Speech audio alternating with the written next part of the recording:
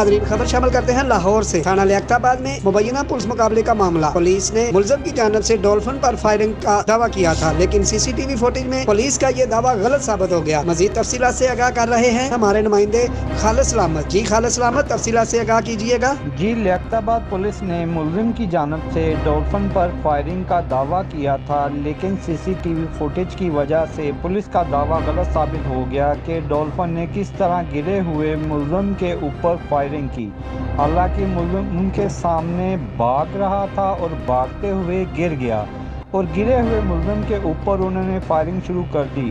हालांकि डॉल्फिन उसको जिंदा गिरफ्तार कर सकते थे। सीसीटीवी फुटेज ने लियाकताबाद पुलिस का जाली मुकाबले का बांडा फोड़ दिया। अंजुमन ताजरात का एहतजाज करते हुए मुतालबा कि इस वाक़या का नोटिस लिया जाए और तहकीकात की जाए कि असल मामला क्या था और जो मुजरम है उनको सख्त से सख्त सज़ा दी जाए।